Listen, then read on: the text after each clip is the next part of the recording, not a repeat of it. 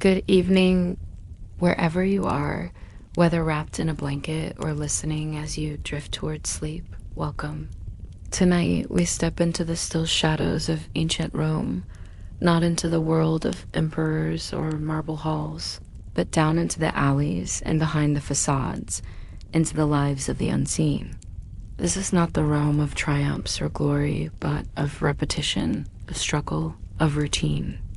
This is the realm of the plebeian, the common man or woman, whose days were not marked by laurels or legacies, but by bread, by sweat, by endurance. You're invited now to let the pace of the world fall away, gently, slowly. With each moment, we descend into the quiet hum of the past. Let your mind soften as we begin our walk through time. The stories tonight are not designed to stir the blood, but to steady it.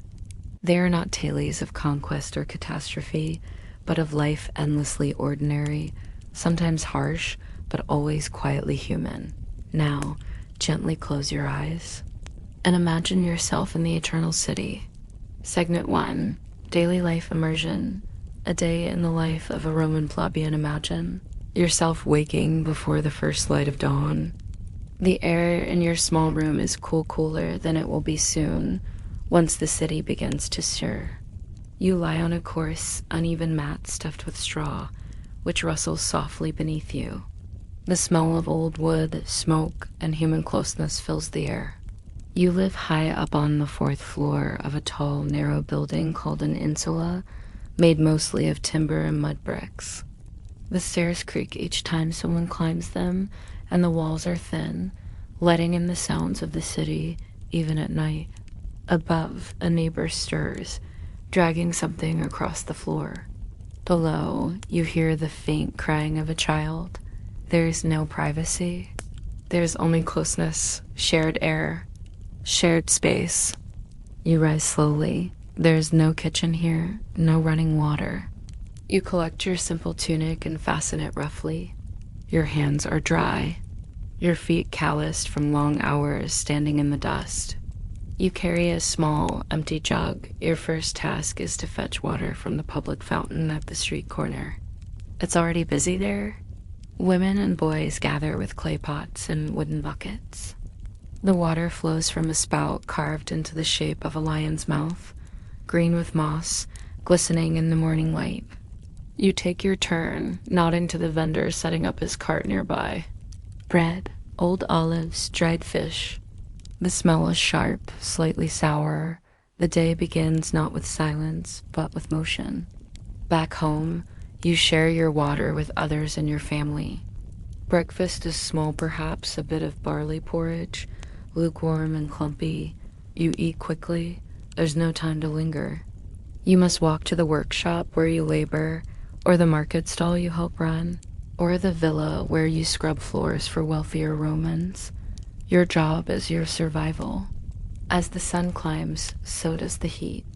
It bounces off the paving stones, baking the narrow alleyways. The smells intensify: animal dung, fish brine, and sweet, yeasty bread, all competing in the heavy summer air. You wipe your brow with the edge of your sleeve. The fabric is rough. Your hands are already dusty. At the workshop, the rhythm is relentless. You pound, stitch, haul, polish. Each action is practiced. Muscle memory. There's no time to pause and reflect, just the repetition. The tools are worn but familiar. The other workers are like you, tired, practical, occasionally laughing at something one of them says, but mostly quiet.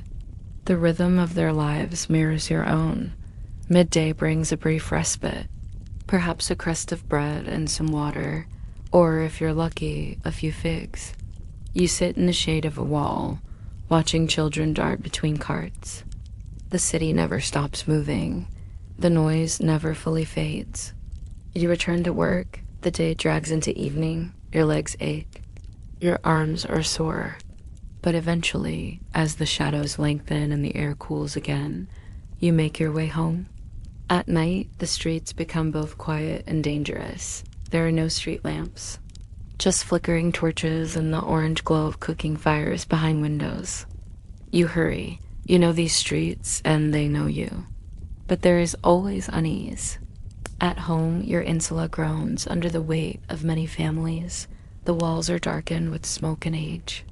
There is no bath tonight. Baths are a luxury of the day, and only when time and coin permit. Instead, you wash your hands and feet with the water you have left. You eat a simple meal with those you live with. You speak little. You listen to the familiar cough of an elder in the corner. The wheeze of sleep slowly overtakes the room, and then rest.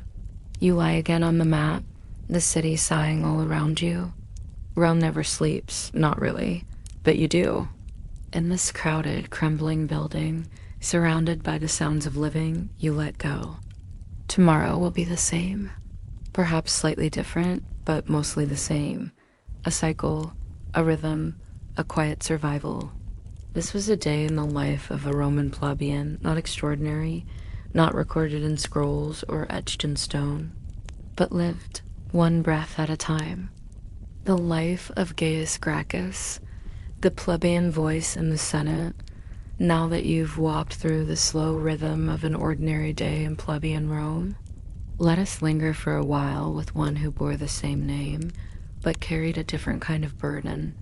Imagine the flicker of torchlight bouncing off marble columns, the soft echo of sandals across the forum, and there in the distance, a man in a plain tunic modest, yet purposeful, ascending the steps of the Senate. This is Gaius Gracchus.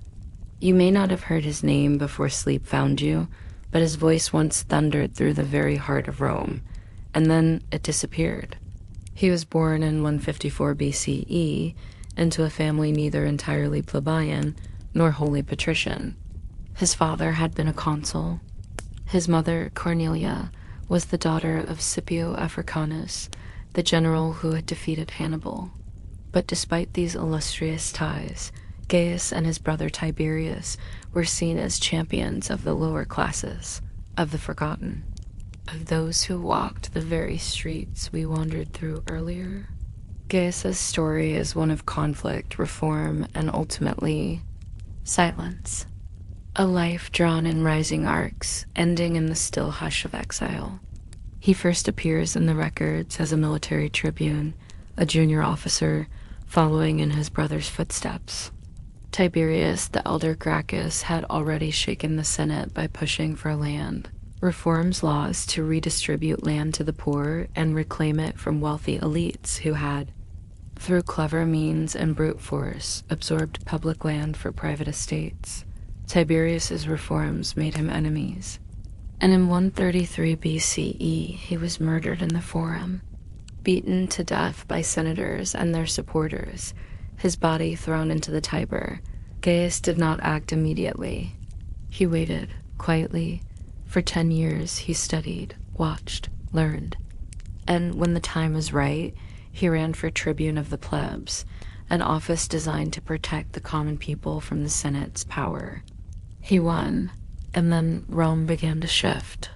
Gaius Gracchus proposed a series of laws known as the Lex Frumentaria and others that would reshape the relationship between the Roman state and its citizens. He made grain cheaper. He opened citizenship to non-Roman Italians. He proposed the establishment of new colonies, including one on the ruins of Carthage. To the plebeians, he was a voice from among them, articulate, strategic, and deeply sympathetic to their needs. To the Senate, he was a danger, a populist, a challenge to the old order. He did not shout, he reasoned. His speeches, we are told, were clear, forceful, and elegant. He walked the line between outrage and restraint, never quite stepping fully into defiance until the final year. In 121 BCE, his opponents introduced a law to undermine his reforms. Gaius responded with protests, demonstrations. The tension escalated. The Senate issued a Senatus Consultum Ultimum, an emergency decree allowing consuls to protect the Republic by any means necessary. A confrontation followed on the Aventine Hill. Not a grand battle, not a clash of armies. Just a few hundred men with clubs, shields, and desperation. Gaius did not fight. He fled. With a single slave, his name lost to time, he crossed the Tiber and made his way to a quiet grove. The slave begged him to live. Gaius refused. In the end, both of them died. Their bodies were discovered. Gaius's head was removed, and it is said a bounty was paid in gold equal to its weight. But in death, as in life, the Gracchus name lingered. His reforms were dismantled, but not forgotten. And the idea that the plebeians could have a voice in their own destiny remained. So let us sit quietly for a moment in that grove by the river and remember not the violence, but the weight of conviction, the soft tread of one who tried to lift his people from the shadows and who, in doing so, stepped into darkness himself. Gaius Gracchus was many things: tribune, reformer, brother, idealist. But above all, he was a man born into the chaos of inequality, who tried to smooth the rough edges of Rome with words and law instead of blades. And for a little while, he succeeded. The hidden arteries of Rome, a quiet look at ancient sanitation. Let us drift now from the memory of voices raised in the Senate to something quieter, less political, yet just as fundamental to life in ancient Rome. Beneath the crowded streets, below the bustling forums and sun-baked courtyards, flowed the lifeblood of the city, not made of ambition or empire, but of water, of waste, of silence. Rome's aqueducts and sewer systems, majestic above, mysterious below, were the unseen veins that carried the city's breath. And tonight, we wander slowly through this network, not hurried, but curious, as though walking through a forgotten labyrinth beneath a sleeping city. Imagine yourself in the dim belly of Rome. The walls are smooth stone, slick from centuries of trickling moisture. The air is cool, even damp, and carries the faint scent of moss, minerals, and something more earthy, more human. You are standing in the Cloaca Maxima, one of the world's earliest sewage systems. It is quiet here. Just the echo of dripping water and the soft, eternal flow of a channel carved centuries ago. Built in the 6th century BCE, originally as a drainage canal to empty the swampy lowlands between the Palatine and Capitoline hills, it eventually became a central artery in Rome's sanitation system. But what did this mean, truly, for the everyday plebeian? Let us surface for a moment. Imagine again the small, crowded apartment building. You live on the upper floor, and there are no private latrines. Perhaps, if your building is lucky, there is a chamber pot shared among the residents. And so, in the early morning or late at night, you take your pot discreetly, if possible, and empty it into the street. Yes, into the street, where open gutters line the edges of the road, and a central channel carries the runoff away. If the rains come, they cleanse the stones. If not, the smell lingers. Now imagine stepping cautiously through those same alleys, trying to avoid the worst of it. It is not always possible. The solace of your sandals wear down quickly. Public latrines exist, but they are communal, built of stone, lined in long rows. There are no stalls. You sit beside others, speaking perhaps, or remaining silent. Beneath you, a constant stream of water flows, carrying waste into the larger sewers. A sponge on a stick, soaked in vinegar or salt water, may be shared among users, an unsettling thought, but common practice. For the archaeologists who unearthed these systems, there was surprise not only at their complexity, but at their quiet endurance. The Cloaca Maxima still exists, its flow uninterrupted for over 2 millennia. But there are still mysteries. Why did the Romans invest so heavily in public sanitation and yet leave so many common people without access to private hygiene? Was it a symbol of civic pride or a pragmatic concern for public order? In some bathhouses, toilets were built with remarkable efficiency, and others, nothing at all. Even today, scholars debate how regularly the system was maintained and how clean it truly kept the city. Artifacts discovered within these channels, shards of broken pottery, coins, hairpins, tell their own stories. A lost object, perhaps, or a deliberate offering. Things dropped in haste or in the quiet of the night. Things swept away by time. Some say the sewers had spiritual significance. But deep beneath the earth, where the light barely reached, the gods of the underworld stirred. Offerings tossed into the current, maybe as gestures of respect or fear. Even today, little is fully known about how Rome's sanitation truly functioned on the human level. We have the structures, the stone, the elegant aqueducts that marched across the countryside, but we don't always know what it smelled like, or felt like, or sounded like as you crept into a public latrine in the early dawn, surrounded by strangers. And so we wonder, quietly, not seeking answers with urgency, but letting the questions hum softly, like the gentle trickle of water in a darkened tunnel. Rome, in all its grandeur, stood upon layers of ingenuity and layers of waste. The sewer never slept. Like the city above, it simply endured. Marble walls, silver platters, a day in the life of a Roman elite. We return now to the surface, but not to the crowded insulae or worn cobblestones of the plebeian districts. This time, we walk a different path wide, shaded by columns, swept clean by slaves before each morning's arrival of light. Let yourself imagine a house now, a domus of a Roman senator or a wealthy equestrian. The doors are tall and crafted from heavy wood, often inlaid with bronze or ivory. As you step through, cool air surrounds you. The heat of the street is left behind. The floor beneath your feet is not packed dirt or cracked tile, but carefully laid mosaic tiny stones in delicate, intricate patterns, creating scenes of gods, animals, or mythological tales. The air carries the scent of oil lamps, of polished marble, and faintly of perfume. A slave has already lit the incense. This is the atrium, the central space of the house. A rectangular pool, the impluvium, sits beneath an opening in the roof, gathering rainwater into a cistern below. Columns line the open space. Fountains murmur gently. In the silence, you hear only the soft footfalls of domestic servants moving without announcement. Your morning begins not with the scramble for water or a rush to labor. It begins with calm.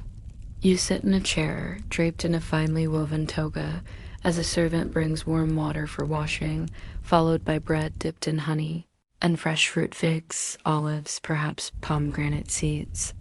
Another slave reads to you lines from Cicero, perhaps, or Virgil. A letter arrives on a wooden tablet, written in careful Latin. You nod. A business matter awaits you at the forum. You do not carry your own scrolls. You do not fetch your own sandals. The domus extends into the tablinum, the study, where you may conduct meetings or dictate letters. Beyond it lies the garden hortus, with trimmed hedges and marble statues, shaded walkways, and quiet corners for reflection. Some houses have their own libraries, their own bath suites, their own temples. While the plebeian rises with the sun and walks dusty streets, you are driven in a litter carried by slaves. The world watches as you pass. You greet peers, other senators, wealthy merchants, magistrates. Politics fills the air like incense never absent, always perfumed. At midday, you dine not quickly or plainly, but at length. Reclining on cushioned couches beside a long table, you sample dishes brought in courses, dormice stuffed with herbs, salted fish from distant provinces, boiled eggs drizzled in garum. Wine flows freely, sweetened and spiced. You may be joined by poets, clients, or friends. Conversation drifts between philosophy and the latest scandal whispered along the Palatine Hill. The day unfolds with leisure, often concluded with a private bath, hot, then cold, oils rubbed into skin. A brief nap in a quiet chamber, the luxury of stillness, and at night, perhaps entertainment at performance by a lyre player, or the quiet verses of a Greek tragedy recited by candlelight. You retire not to a cramped mat, but to a spacious bed draped in woven linen, lulled to sleep not by street noise, but by silence, or the faint splash of a courtyard fountain, But even in such luxury, not everything is freedom. A senator must attend the Senate. He must vote. He must navigate factions, alliances, and the constant threat of political disgrace. There are dinners to host, reputations to maintain, enemies to outmaneuver. He may not labor with his hands, but the work is no less real. And for the elite Roman woman draped in fine stole, her hair carefully arranged by slaves, the day is filled with supervision, the running of a vast household, the management of servants, meals, guests, and appearances. Her life, too, is watched. And yet, for all the burdens, the disparity between her world and the plebeians remains sharp. No cracked ceilings, no open gutters, no need to carry one's own water. The two Romes coexisted, one in shadows, the other in shade. As we close this segment, let yourself linger in that garden, among the trimmed hedges and worn statuary. Let the soft rustle of leaves and the distant murmuring of the city drift into your ears. Here, wealth did not silence discomfort entirely, but it softened edges. And while most toiled in dust and heat, a fortunate few reclined in cool rooms, waiting for another servant, another meal, another day, the quiet echo of forgotten footsteps. And so we return now, slowly, gently, from the winding paths of ancient Rome. We have walked the worn streets and narrow alleys, climbed creaking stairs, and tasted the bitter routine of life as a Roman plebeian. We have listened to the rise and fall of Gaius Gracchus, whose voice once ruled the forum, only to be swallowed by time. We have wandered below the surface into damp tunnels and flowing currents, following mysteries of stone and water. And finally, we stepped quietly into the homes of Rome's elite, where life flowed not in struggle, but in smooth, practiced comfort. What unites them all, plebeian or senator, slave or poet, is that each woke to the same sun, breathed the same air, lived under the same sky. And now, all are silent. Their footsteps have long faded. Their daily struggles, joys, discomforts, and ambitions forgotten by time, yet still echoing faintly through what remains. Imagine yourself, just for a moment longer, lying in your narrow bed in an insula, or reclining in a marble-clad room. Feel the stillness around you. The scent of the past has faded. The city sleeps, and you now can let go. History, when told softly, reminds us that life has always been difficult and beautiful and strange, that the past is not so distant, that the people we remember and those we don't once breathed just as we do. And now, as your breath grows slower, as your thoughts grow lighter, let the city of Rome grow quiet around you. The baker has shut his stall. The fountains still flow. The torches gutter and fade. And above all of it, the stars settle into place, just as they did then. Good night, traveler. Sleep well.